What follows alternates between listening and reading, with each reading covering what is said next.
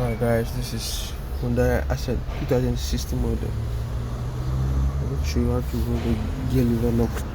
This one. This one relax like this. This one need to come down like this. And after, have some small lock here. You can see.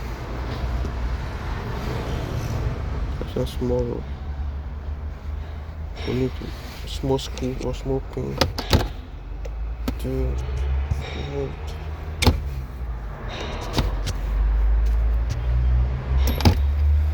After removing, pull it out.